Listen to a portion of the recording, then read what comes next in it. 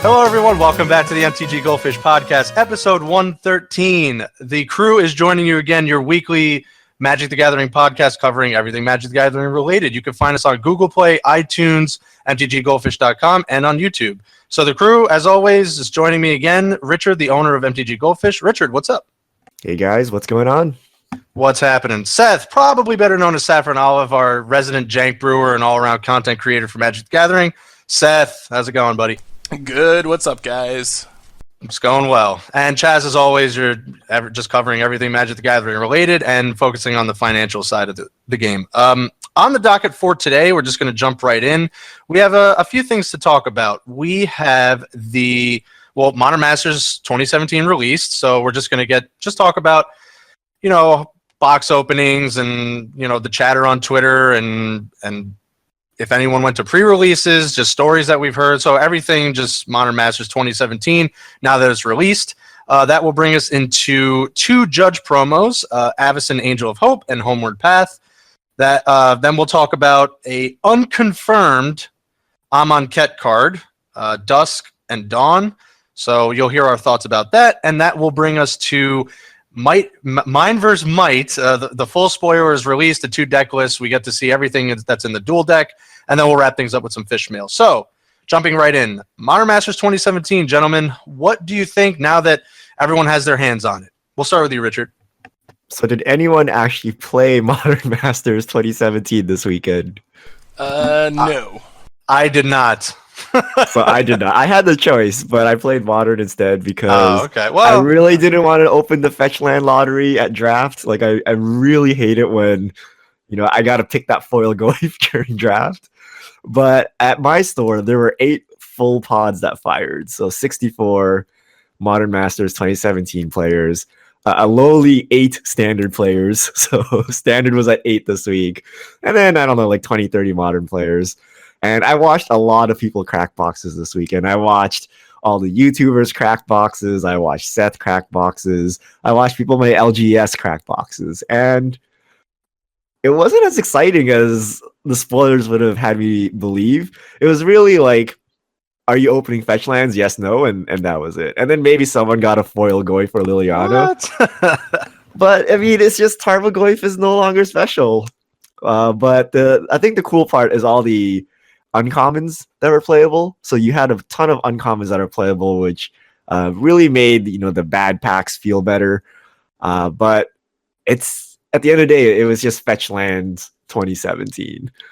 And, and it was weird that a lot of people just got like the full spread of fetch lands. Like, I didn't see anyone with like, 4 Scalding Tarns, but a lot of people just got like 1 of each for 4 of the fetch lands. So I wonder if Wizards did something weird to balance the boxes. But yeah, fetch lands. And I was trying to dig for Burning Tree emissaries. People were hoarding their commons like no tomorrow. Usually people like open their boxes and throw away their commons and uncommons. And I'm like, yeah, I need 4 Burning Trees. Let me go grab some commons. But like, nope. Everyone was super defensive about their commons. So no free commons for me. But yeah, it was pretty sweet. A lot of people were hyped. Well, so much hype. I'll go into mine. Seth, you actually opened a box on the YouTube channel. So what'd you think? Yeah, I actually opened 2 boxes. I opened one beforehand just for fun, and I managed to get 2. So I opened one for fun, and it was pretty awesome. I was super hyped and got I got really lucky, essentially. I opened good foils. I got foil Blood Moon, foil Misty Rainforest in the same box, on top of just the normal stuff, 3 fetches, regular fetches, a Damnation, stuff like that. So it was a really good box. Then I opened one for the YouTube channel, and it felt okay. Like, it felt like a below average box. I didn't hit really any of the good rares. My mythics were bad. But I was amazed to find that when I added up the value, I had, I think, 4 fetches and just some other random stuff. And it was still like $200 or something at retail. So I felt like I opened a bad box, but it still really wasn't that bad of a box when it came right down to it value-wise. I think for me, though, disregarding the value, they were just awesome packs to open. Like, even if you toss value out of the equation, different, and I think the value was better because I was like at least a little happy when I opened a Flicker Wisp or an Inquisition or a Path to Exile made up for some of the bad rare packs that I opened. But the big thing was there's just so many good cards, even the valueless cards. As I was just flipping through the packs and seeing like Mystical Teachings and Tri-Lands and Explorers and Spell Pierces, even the cards that weren't valuable, I felt like, oh, I could actually like use these. Like they're actually playable even if they're not valuable. And that was a nice treat, I guess, after compared to a normal set where you literally just grab the commons and kind of throw them in the trash. Like there were actually playable cards in the commons and uncommon slots, even the ones that weren't worth money. So I had a lot of fun cracking them. I'm looking forward to the Moto release so I can actually do some drafts. So. Yeah, I think that was like the biggest thing for me, and especially over Twitter. I ran a poll on Twitter, and 99 people participated in the poll. So not 100, but 80%. And so the poll was, I asked people, and that's why I asked you, Seth, because you've opened both, and you did too, Richard. Like, how did you feel opening Modern Masters 2015 and now, opening Modern Masters 2017? And 80% of the people that took place in the poll, I know it's not like a huge sample size, but felt that it was better. And I think the big reason is because you're exactly right, Seth. Like, it's not a complete drop off from the Mythic slot. I mean, there was a couple of good rares in 2015, but man, I look back and it was rough. I mean, there was just not a lot of stuff that was just not exciting. I mean, to bolster the common and uncommon spot. So Modern Masters 2017 really, from like top to bottom, I think was just much better because you at least knew like, yeah, you might get like a Simic Sky Swallower, but you could get like a couple, good uncommons and even commons. And, when your foil is one of those uncommons or commons, it feels a little bit better. So I think that was like the main thing. In terms of drafting, I mean, people know me. I'm not really like a huge drafter. I've been drafting the normal sets that come out. I mean, and I'm fine with paying $15 and drafting because I like it. And when I don't pull like good stuff, it's okay. But they were running $30 drafts if you wanted like standard pack prize support, and like almost $40 if you wanted Modern Masters 2017 support. And I think this was at one of the cool stuffs. And I just, oh man, like $40, like, and knowing me, like, and if what I open, it's just, I can't do that. So I'm always like, I'll just maybe grab a box down the line. But, I'm just happy to see everybody posting all their sweet polls. I do think it was better than just pulling fetches because, I mean, you have a lot of stuff that you can open. Like, yeah, there's a couple stinkers, but I mean, there was still a lot of stuff you can open, like Damnation, Blood Moons, like all this stuff is still pretty good. Did you guys see the Reddit post about the guy who opened a box and his most expensive card was Path to Exile? Yeah, that has to be the worst. There are some stinkers in there, and then there's the flip person that's like, oh, I got foil Liliana and foil Goyf, no problems. So, quick question for you guys: would you rather open 2 boxes of a standard set with the chance of a masterpiece, or a box of Modern Masters? Given that they're roughly equivalent, 2 boxes of a standard set or 1 box of Modern Masters. And are we assuming that EV isn't a concern just based on the cards? Okay. Yeah, just for funsies. I would have more fun opening 1 Modern Masters box just because there's so many more cool cards compared to standard where like the commons and uncommons just usually aren't exciting, and Modern Masters kind of solves that problem. So I'd choose Modern Masters. Yeah, I think it has to be Modern Masters only because, I mean, not just for Modern, there's just like applications for more of these cards, like for other deck building, and you get that foil every pack. So I would take my chances with the foil of every pack than maybe getting a masterpiece. All right, so we should do away with masterpieces and just randomly insert fetch lands into our standard sets. Yeah, maybe.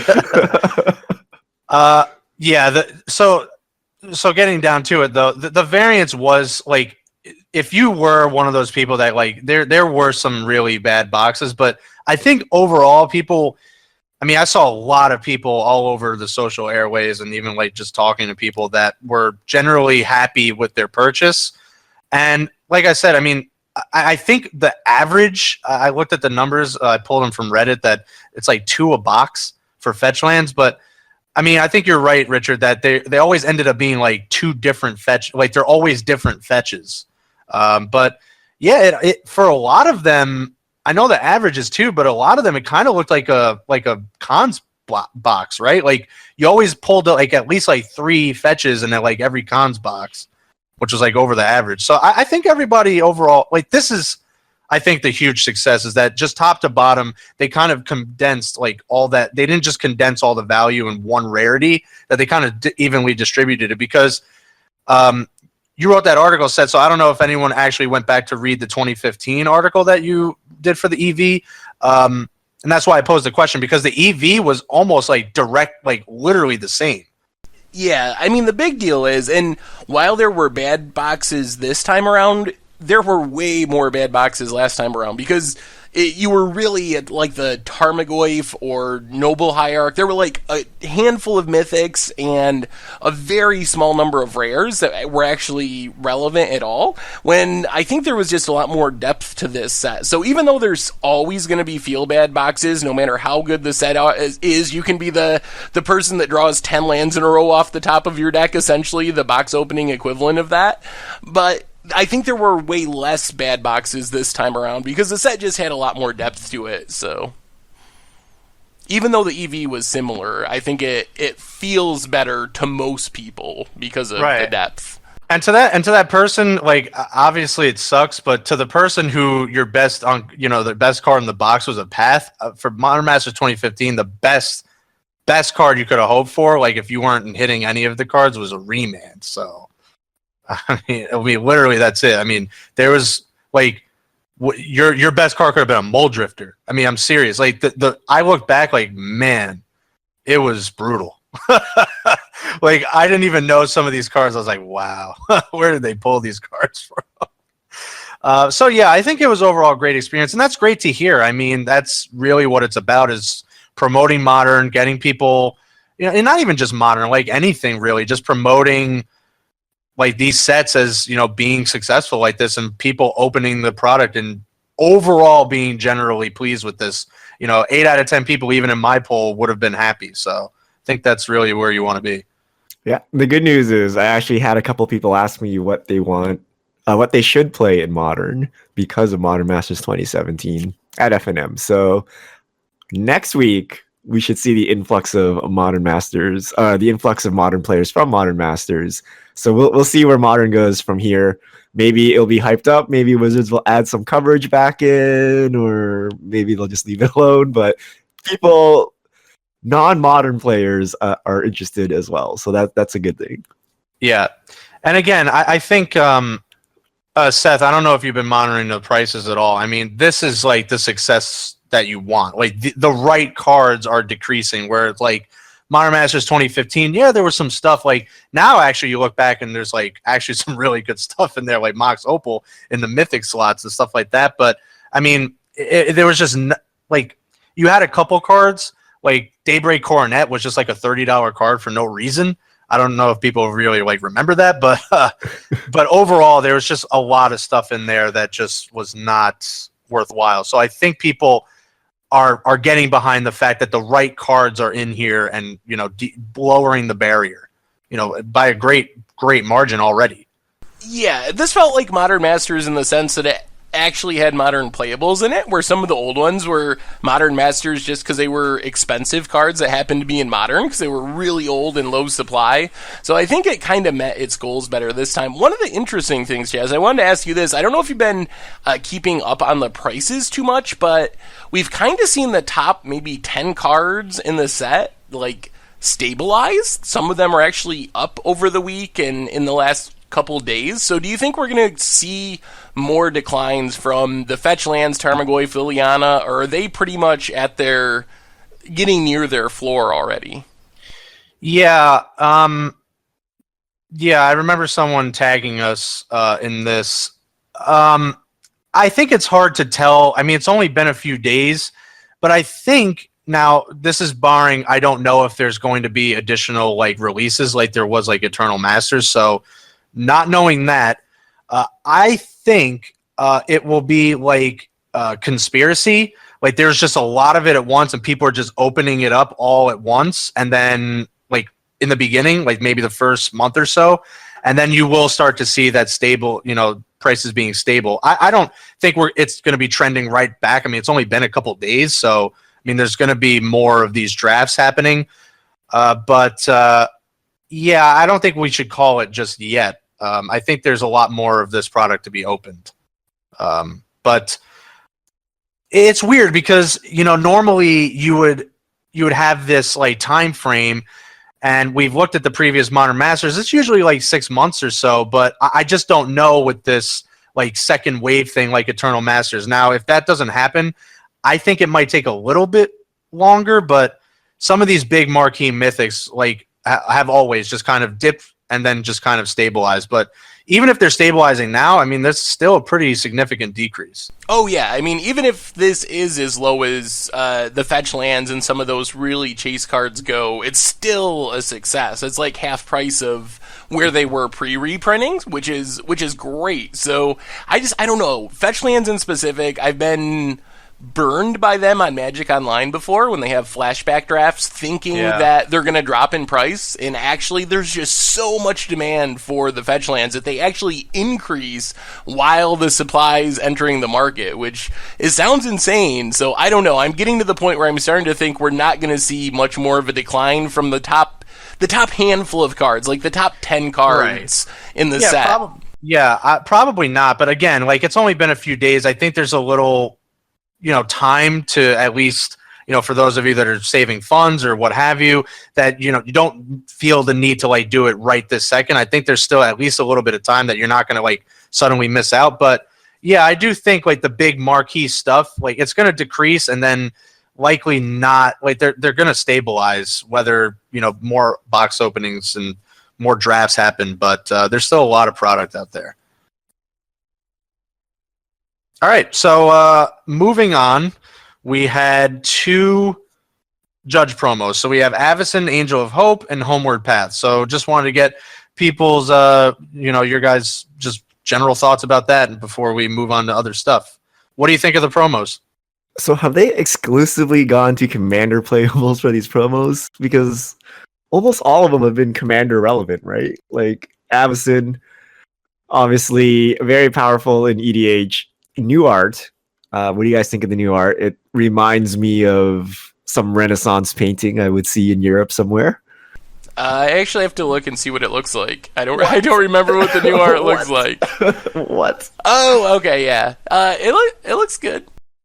So Avacyn has new art. Homeward Path has the same art. Yes. I really love the new Avacyn art. That's just me. She's too green, in my opinion. I mean, Howard's great, so I mean, she needs to wear.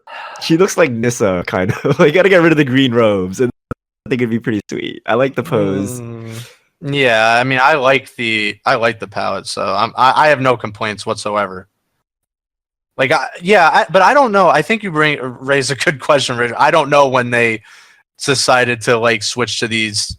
Like, well, I guess it makes sense actually, because didn't like a group of judges create the EDH format? So maybe you want to give them EDH cards? I don't know. I don't even know, how are these promos even given out now? I have no idea. They're not given to me, that's for sure. That's all I know. I was hearing a little bit of this on Twitter, and apparently there's something called the Exemplar program, and it sounds like, from what I gather, is the judges basically kind of vote on the best judges, or choose who they think are the best judges, or who's deserving of these, and those are the people that actually get the promos from the Exemplar program.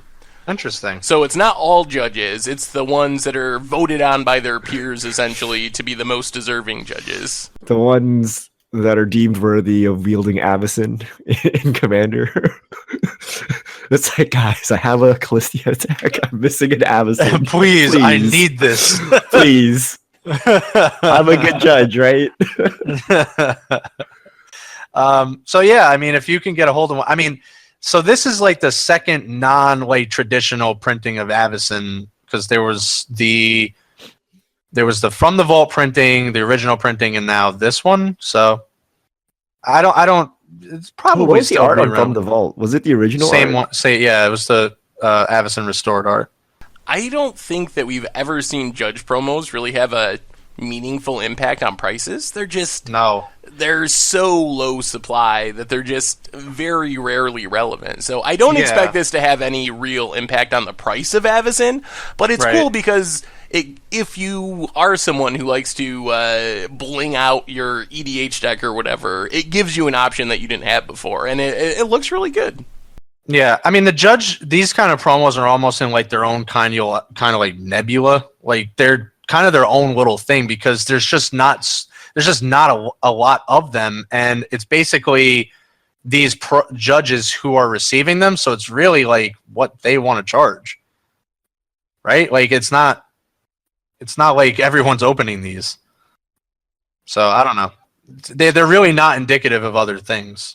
Yeah, they are kind of in their very own thing. I don't know if we've even seen any prices yet. There's none listed on the Goldfish site, and I haven't checked eBay, but it's possible that they're just not out there yet. I don't even know if they've been delivered yet, actually. So it'll be interesting to see where the prices end up once it finally happens. I have seen that they've been delivered. That I do know. I don't know about prices, though. I have seen like screenshots of like multiple people putting them on, various things, mostly Facebook. So okay, good to know. Yeah. Yep. All right, moving on. The unconfirmed Amonkhet card that is making its rounds around the internet. So we get Dusk and Dawn, and let me get the translation here. Do you have that on hand, Richard? Yeah, so this was apparently pulled from Modern Masters 2017 booster pack. And this isn't unprecedented. We've had random cards from the future mistakenly packed into current sets. So what we have here is like cardception. You have like a card with another card that's sideways in it. So the first card is Dusk, 2 white, sorcery. Destroy all creatures with powers 3 or greater. And then the sideways card inside is 3 white, Dawn, sorcery. And it has a new mechanic, consequence. Cast the sorcery only from your graveyard, then exile it. Return all creatures with power less than or equal to 2 from your graveyard to your hand. So we have flashback esque cards where the flashback part does something different, and it's actually its own card. Yeah, it's like split cards, and with flashback, like did the fusion dance, and now we have like an actual card. And so this is actually a rare too. This is the and rarity. This is a rare. Yeah. So what do you guys think, Richard? I like it. I mean, it's a little weird. You're like, why is there a card in a card? And every time I see a split card, I immediately cower in fear because it's going to break the website. But I like it because it opens the opportunity to do all kinds of different things. Now, like the front card can be a sorcery, and then the flashback part could be an instant. Or it could be a creature, and then when it dies, you can cast it as an instant or something from your graveyard. So by making it a separate card, it has a different converted mana cost, it can have a different color, and it can have a different type, which is different from flashbacks. So I like where this is going, even though it's a little weird that we have a card in a card. But, Magic's been around for 20 years or something, almost 25 years. We got to keep innovating. And so now we have cards within cards. I'm waiting for the card with a split card inside of it. So you have 3 cards in one. And we've almost had that, right? We have like the manifest cards or whatever. Because there's like face down, face up, and manifested or morph. What was the combination? One of these cards had like 3 states. It was either manifest or morph. There was some combination there, but you also had the Kamigawa split cards, which were like 2 different cards, kind of. Yeah, you had the upside down cards, you had the split cards, and you had the split cards with fuse. Mm-hmm. So this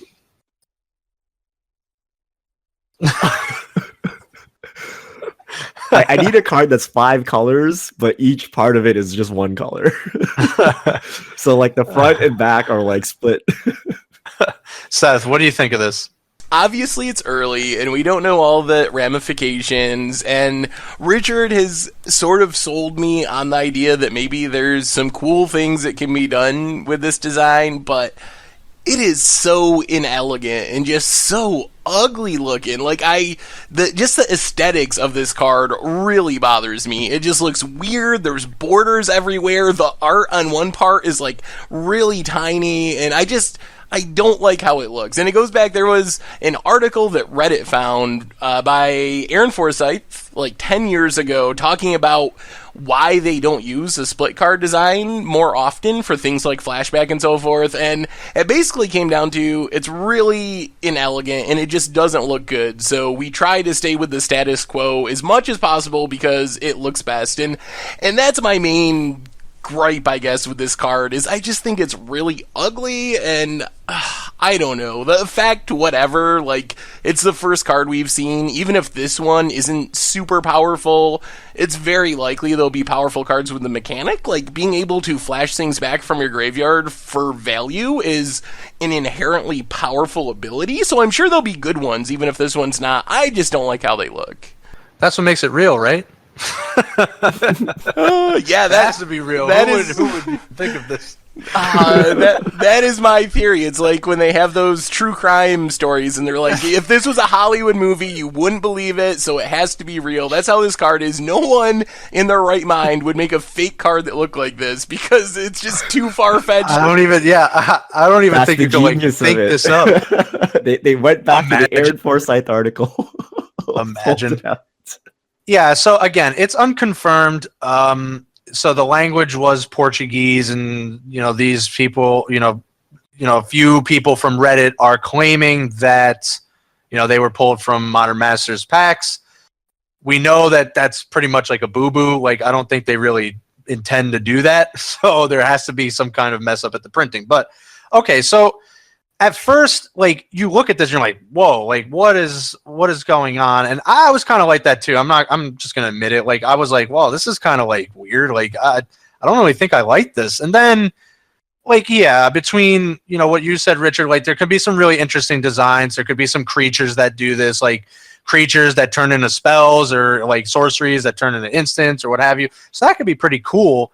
I just think the design I'm cool with. Like, I'm still hyped for Amonkhet. I think this is actually really cool in terms of design, how this can, play out and what we can see in the set. I just think there had to be something better they can do with the layout. So the actual layout of the card, because again, like, just the art, I think the abrupt like change in direction is a little like, it's just not it's not appealing to the eye. But again, so I made a mock-up on Twitter. If my Twitter handle's in there, you can go see that. Maybe that's where they were going for it. So I kind of just did a very crude mock-up of it sitting in your graveyard, and you can kind of flip it, and you have a actual full right side up card that's kind of just sticking out, almost like a tab in your graveyard. So I guess that makes sense. That so I can get behind the ideas there. In terms of their design. My question for you guys is, granting that they can probably do cool things with this mechanically and in design, why wouldn't they just make this like a flip card or a Kamigawa split card or something where you can do the same stuff if you want to have a sorcery that becomes an instant or a creature that becomes a sorcery in the graveyard? Like, couldn't they do that with a design that is less jarring and just ugly?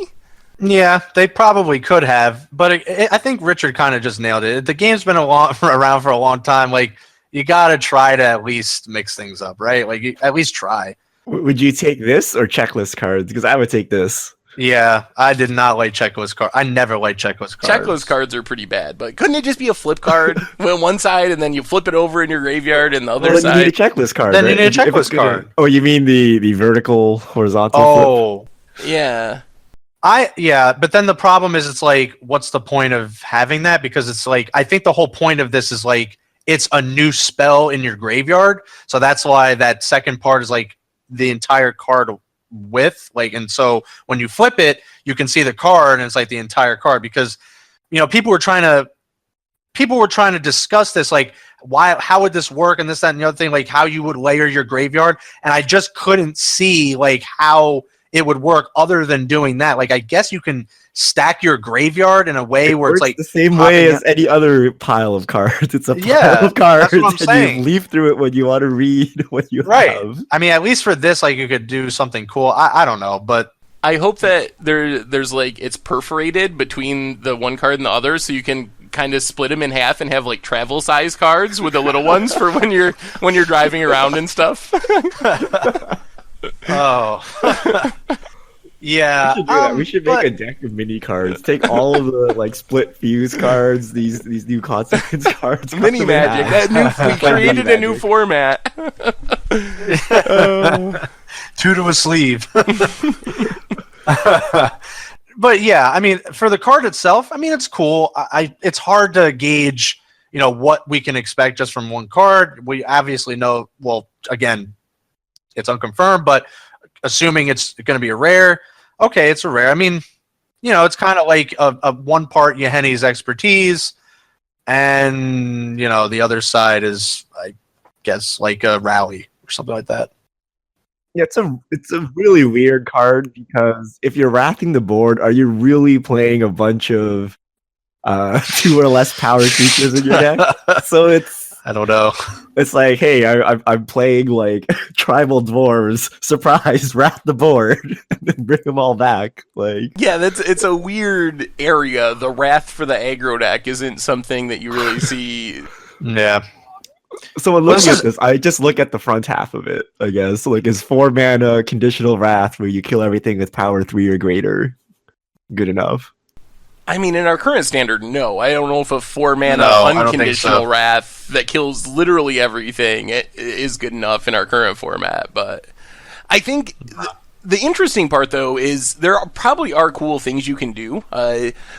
Building decks where your goal isn't so much to cast the front half, but to mill it, to dredge it into your graveyard. So I'm excited to see what other designs there are. This one in specific is even kind of cool. Like, if you can just mill a whole bunch of cards, you'll naturally mill this, and if they're small creatures, you can just flash it back and get back all the creatures you dredged into your graveyard or milled into your graveyard. So I think there's some cool possibilities with that aspect of the card.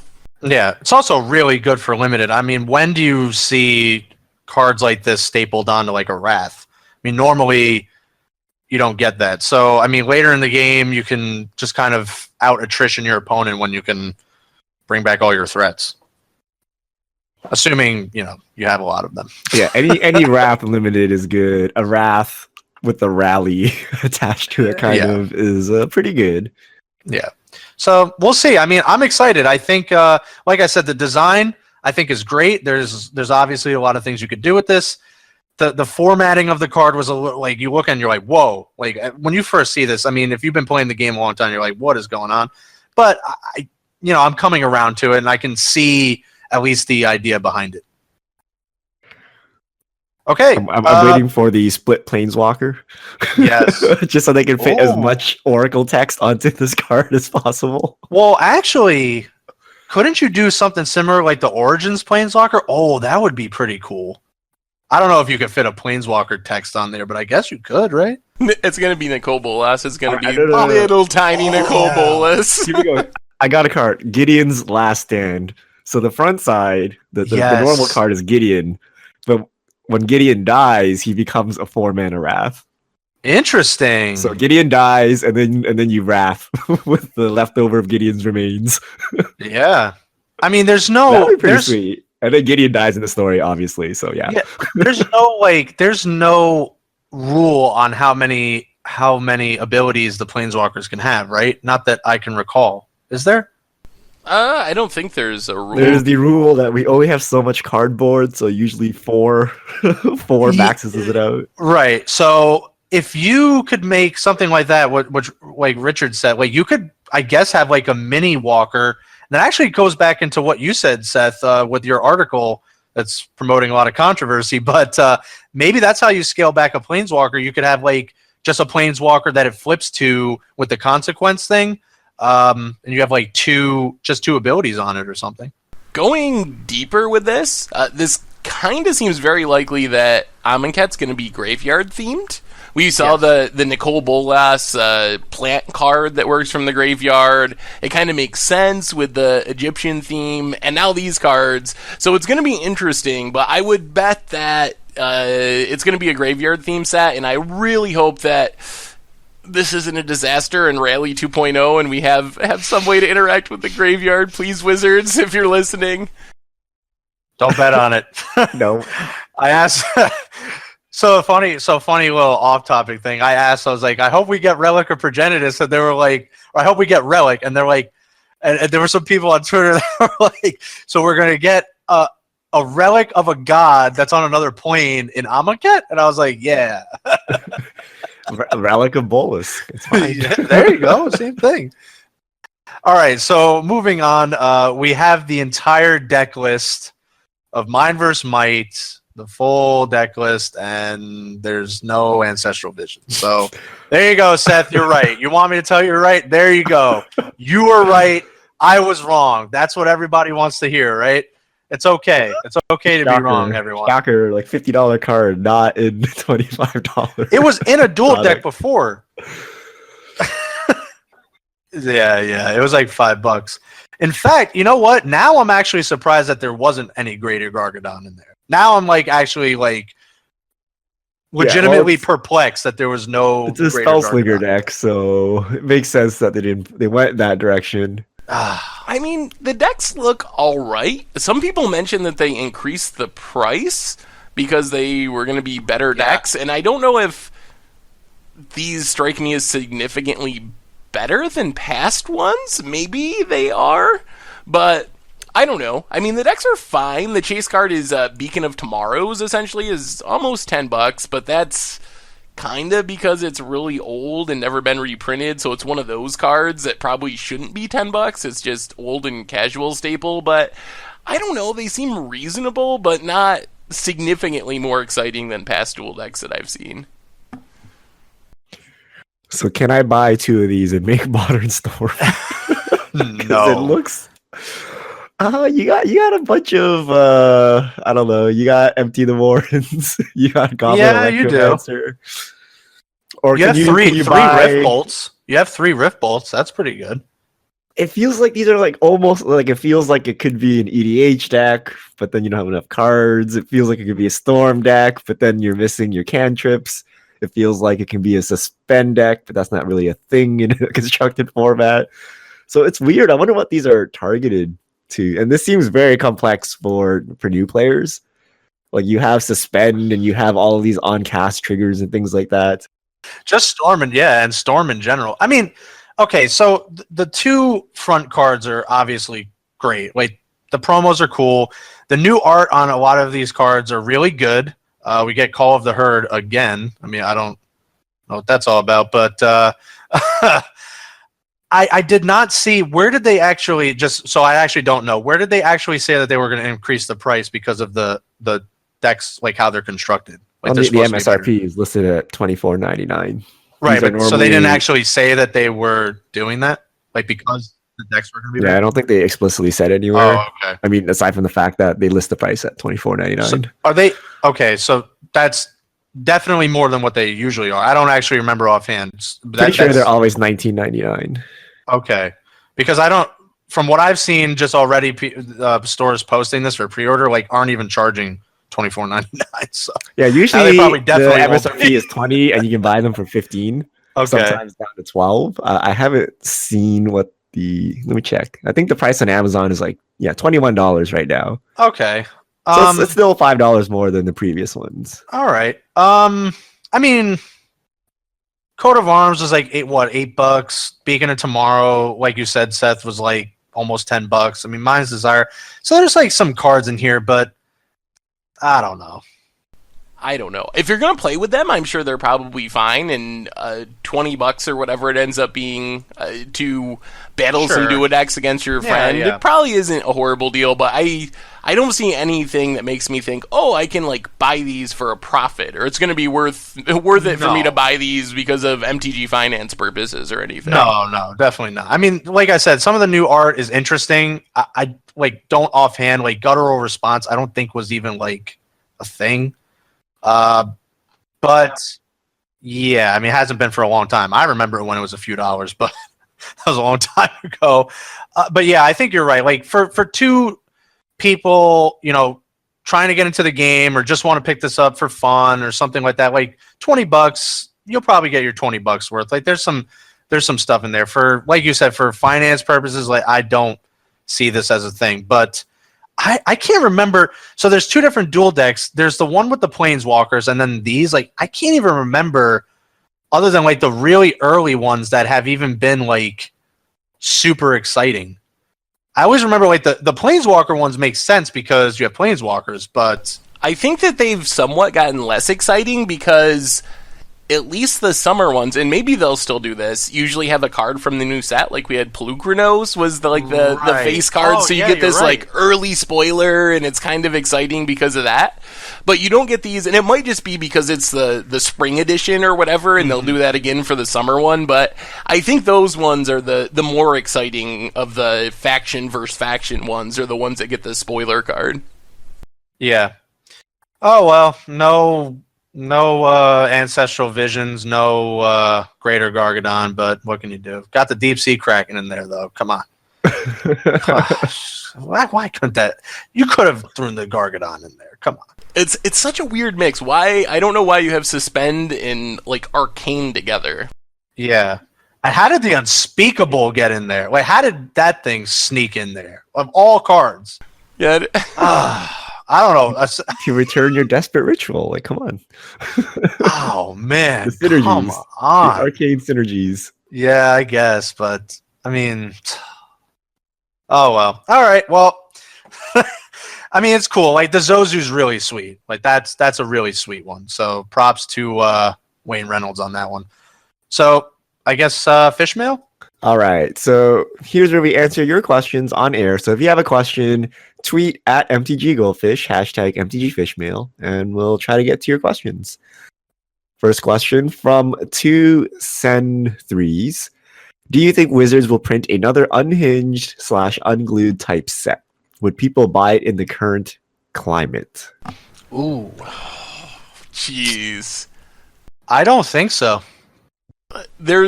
If you follow Marrow in his blog, I'm pretty sure his life's goal is to make a third unset, but he can't sell the hierarchy at Wizards on it. So I don't think it's going to happen. But if you want to unset, email Wizards, make it happen, because that's what Marrow has told his followers. Like, if you want to see this, get in touch with people and tell them that you really want to see it, because he really wants to do one, but everyone else is unsold on the idea.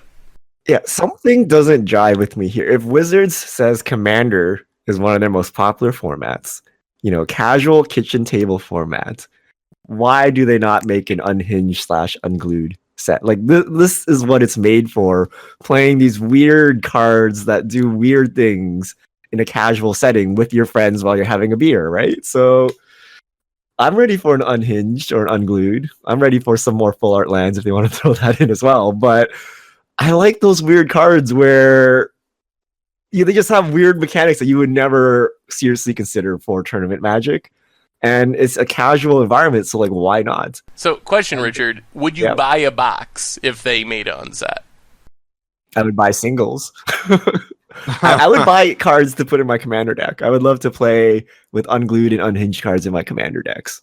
I wonder if they could make a unglued or unhinged set that was actually commander legal. I think that's like the sticking point is it's not legal in any format. So if they could somehow keep the flavor and the funniness, but make them real enough that you could actually play them someplace outside of literal, completely casual kitchen table, no rules. But Commander's not even sanctioned, so like, what does it matter as long as you and your friends are cool with it? Yeah, I guess you can like house rules it or whatever, but I don't think you could show up to your LGS to play Commander with it. You'd probably get yelled at by someone. And I think this is like the current climate. Like, yeah, they were fun. I actually remember the very first or so Unhinged, and then there was, what was it? It was Unglued and Unhinged, right? So Unhinged, and yeah, it was funny that like people were ass whooping like stuff on the other table, and it was generally a good time. But I mean, the problem is that, and I don't want to be like a downer on this one because I did enjoy myself. It was fun, but the problem is like the only thing that was really pushing these was like the full art lands, and now you have like full art lands like everywhere. So you know how Reddit, the front page of the Magic TCG Reddit is just memes and exclamation posts. Yeah. That could be the entire set of Unhinged, Unglued.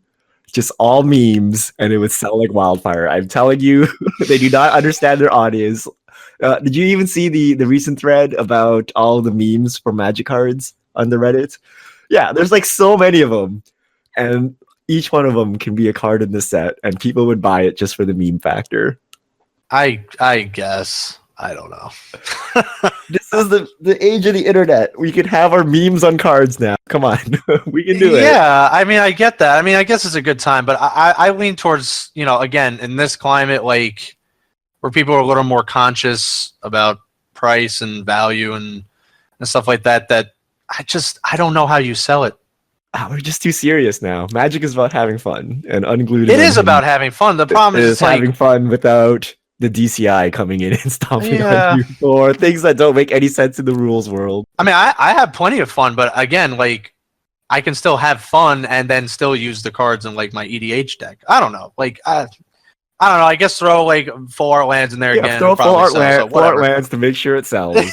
Put in some expedition fetch lands. I just remember like everyone frantically cracking the packs to try to get the foil island, and when you didn't get the foil island, like it was such a like downer. Or foil any land, and it was just like and then like, all right, I guess I'll draft like begrudgingly. Like, come on.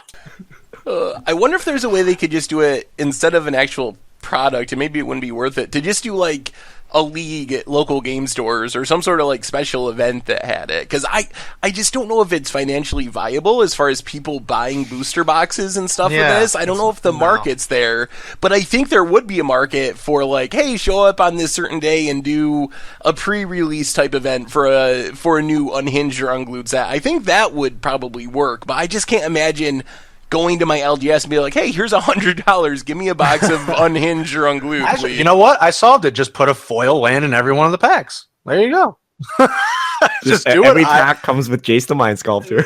Do what I said, and just you get a land, and it's also foil, and then there you go. You got at least like the pack back. So whatever. Or like half the pack, and then you don't feel as bad. All right, so I solved it. All right, next question from T Laser. Are Guildgates and Trilands first pick worthy for Modern Masters 3? I thought they'd cycle back to me, but they never do. Seth, you're the only one that drafts Modern Masters.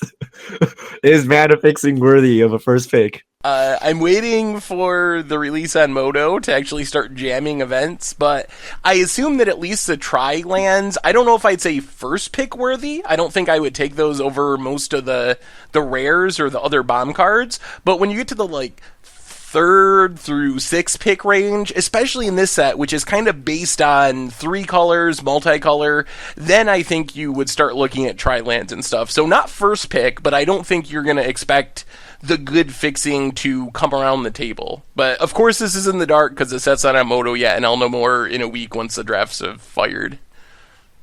All right, next question from Raphael Simonelli. Thoughts on Planeswalker decks making Rest in Peace / Pithing Needle standard legal? I mean, that would be a way to do it. You definitely could use the Planeswalker decks for that. The problem is those decks are kind of like theme decks for new players, and those are really awkward cards flavor-wise to put in.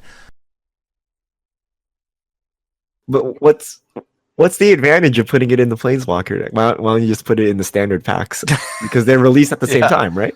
I think they're thinking it would be a way to maybe get them in the format faster. Like maybe Wizards could not have those designed already. I'm not really sure. Yeah, it's like a way. Like remember the core sets did stuff like that. Like there was like cards that were technically legal but not in the booster packs. So it preserves the draft environment, but I'm not sure that Rest in Peace for Pithing Needle would totally hose your draft environment. And then if you talk about having an issue with those Planeswalker packs, you have like legitimate cards in there. I don't know.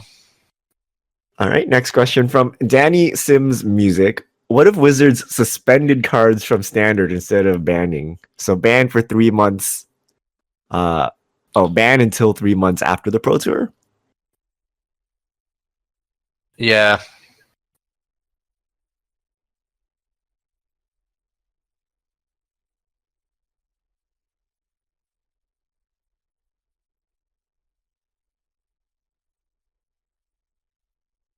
I think it also makes it worse.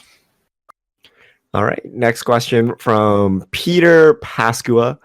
Playing a paid Moto event, opponent copycat combo game 1. I lost game 3 timing out. Thoughts on making opponent play out combos? What is the scenario? I'm very confused. So the opponent is on copycat, but then they lost game 3 timing themselves out. I'm not sure exactly why that's relevant, but I think the idea is, should I have made my opponent make 30 cats or whatever and go through the combo to eat up their clock, and then maybe I wouldn't have timed out first if I had made my opponent play out the combo instead of just scooping once I knew they had an infinite combo. Oh, I see. And for me personally, unless I think I have an out, like my opponent's gaining infinite life, but I have a way to win the game that can win through infinite life, I just scoop. I don't think it's wrong to make your opponent play it out, and it probably depends on the level of the event. It's different in a PT queue than a 2-player queue, but for me, I just scoop. That's my personal feelings on it. Yeah, it depends on my mood. Sometimes I'll just scoop, be nice.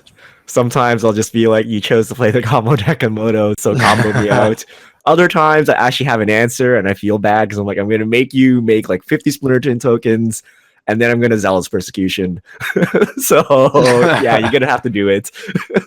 So I don't know. I'm mixed on this. Either, I think any answer is correct. I don't think there's an expected courtesy or something. I mean, it's just how Moto works. So if you play this deck, be sure that you can actually combo out in an efficient manner, and be aware that you're going to probably have to do it against somebody, because someone might be very salty and make you do it like every single game, no matter how dead they are and no matter what the clock is at. The one thing that you don't do, and I've had some people do this, is they like intentionally try to make the combo as hard as possible. Like they'll click OK and then let you do one action, and then won't click OK right away, wait a couple seconds, then they'll click OK again, and then you go to the next part of your combo and intentionally try to like mess you up that way. I think that's across the line, in my opinion. So they don't F6, but they just put random stops in when they decide to respond to your action. Yeah, to either like make it so you can't just smoothly click your buttons to eat up time, or maybe to try to get you to misclick because there's this herky-jerkiness, and maybe you double-click thinking you're just going through your loop when really it's still their priority because they didn't click OK yet. So don't do the weird manipulation stuff, but if you want to make people play it out, that's up to you. Yeah. I think it also, like, for me, it depends on the combo. Like, if it's something like Splinter Twin and like the Pestermite or the cat stuff, like that's like one thing. But if there's something legitimate, like that the player has to go through the motions and has the potential to mess it up, then I'll let them play it out, or show me enough that you know what you're doing.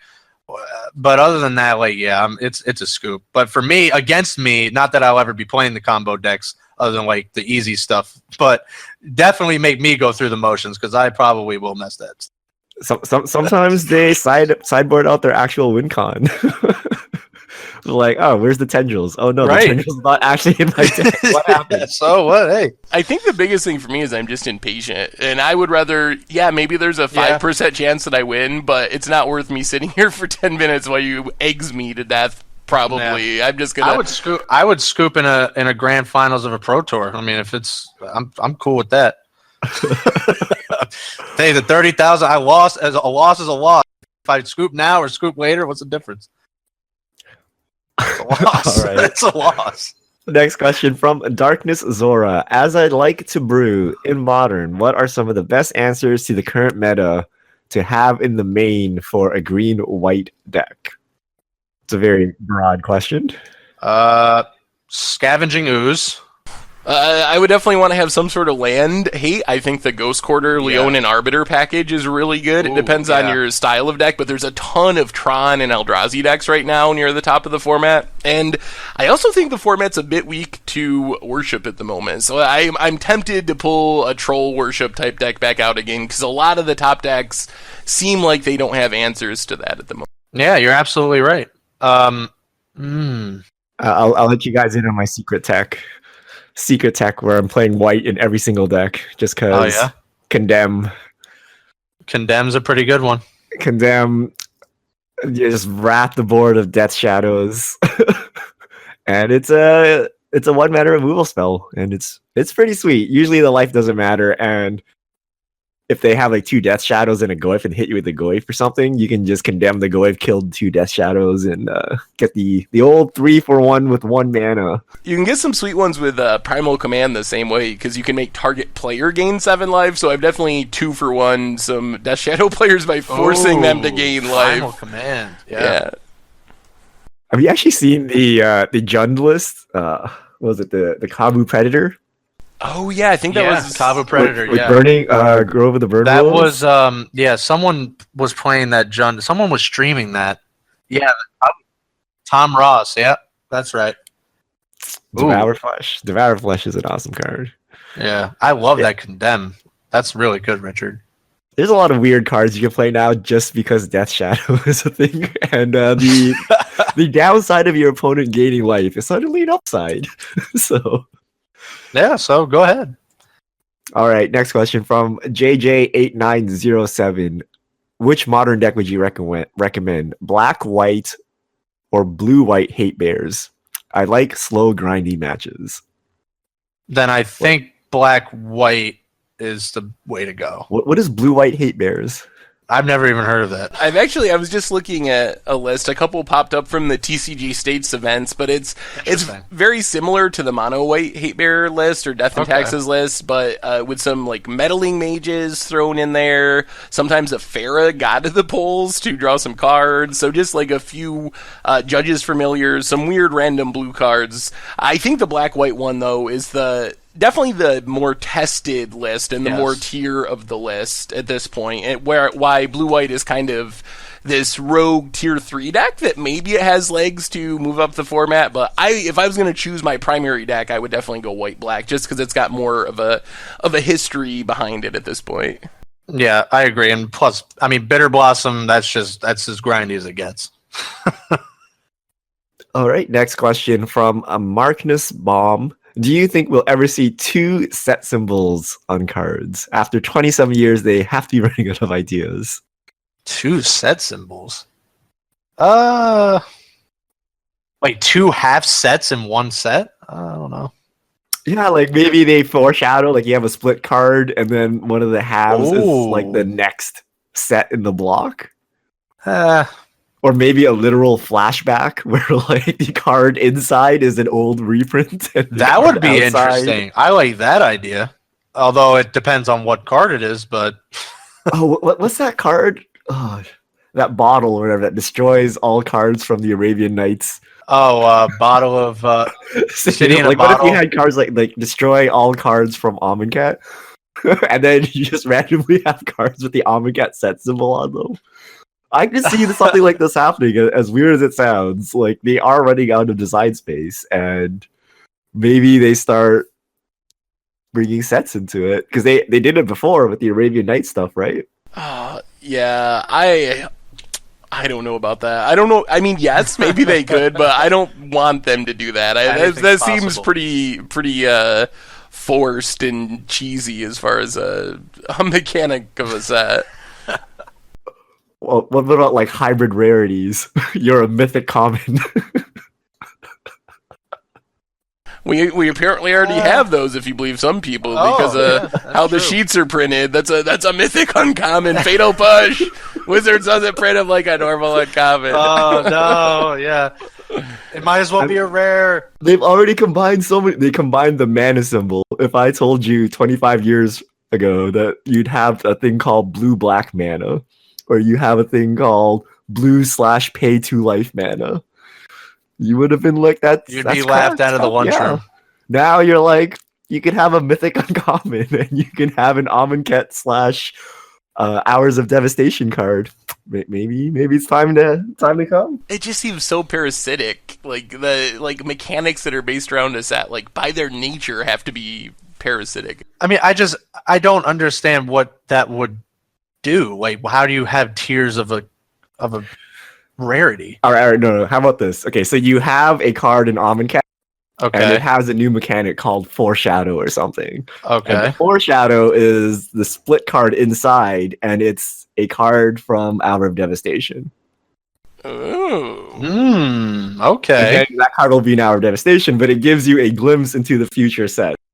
And somehow mechanically and storyline wise, it plays into this. You know what? They could do.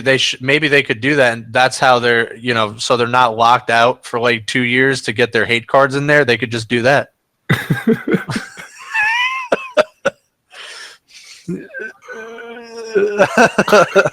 Foreshadowing. Here's rest in peace.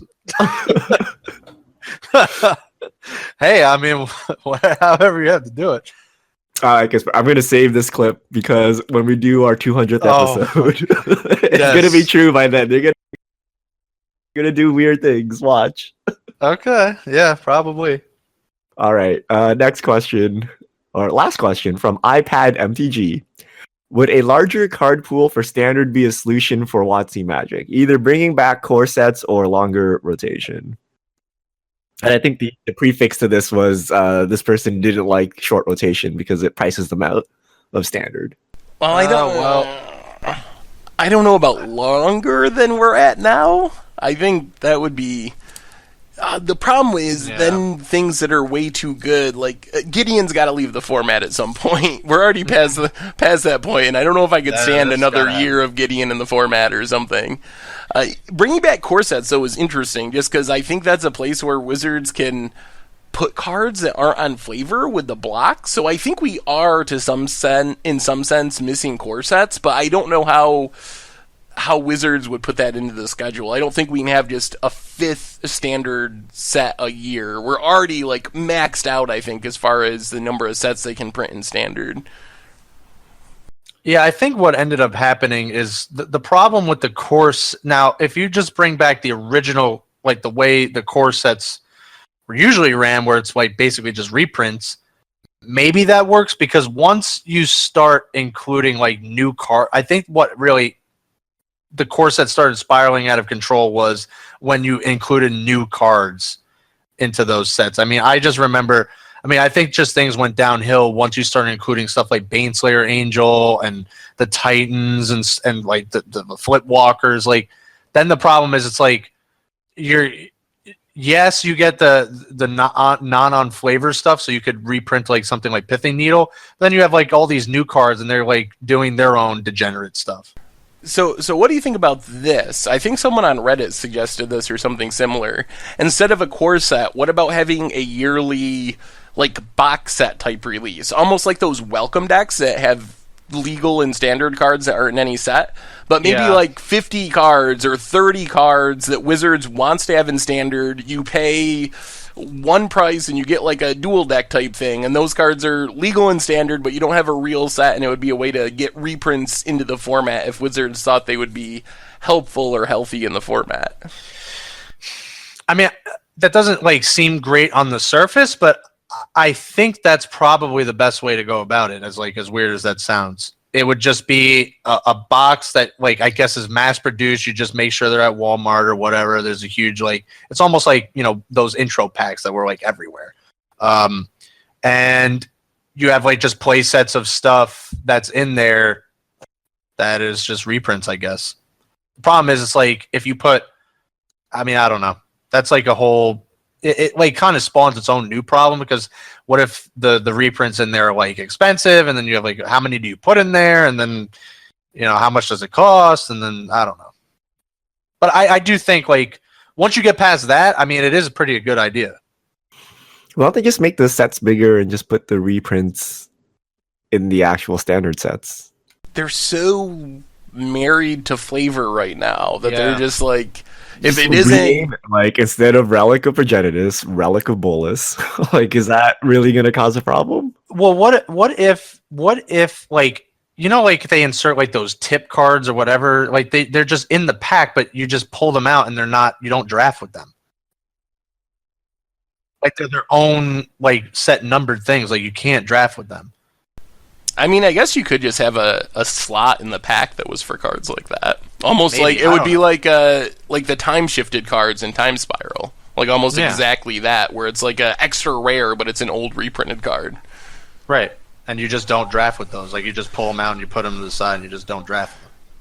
I don't know. I think there would be some cases where, I mean, it wouldn't matter with Relic of Progenitus, but I could imagine cards that you wouldn't want 8 of to be legal in Modern, for example. Yeah. Like a functional reprint of Lightning Bolt would probably be a really bad idea with a... I mean, I guess that's a generic enough of a name that it wouldn't really matter, but I don't think you could have Bolt of Bolus and have it be the same text as Lightning Bolt without messing up Modern. Yeah. I mean, I don't think they would do that anyway, but yeah. No, but I mean, you're right. So they would have to actually be they would have to be like the actual original cards, not like functional stuff.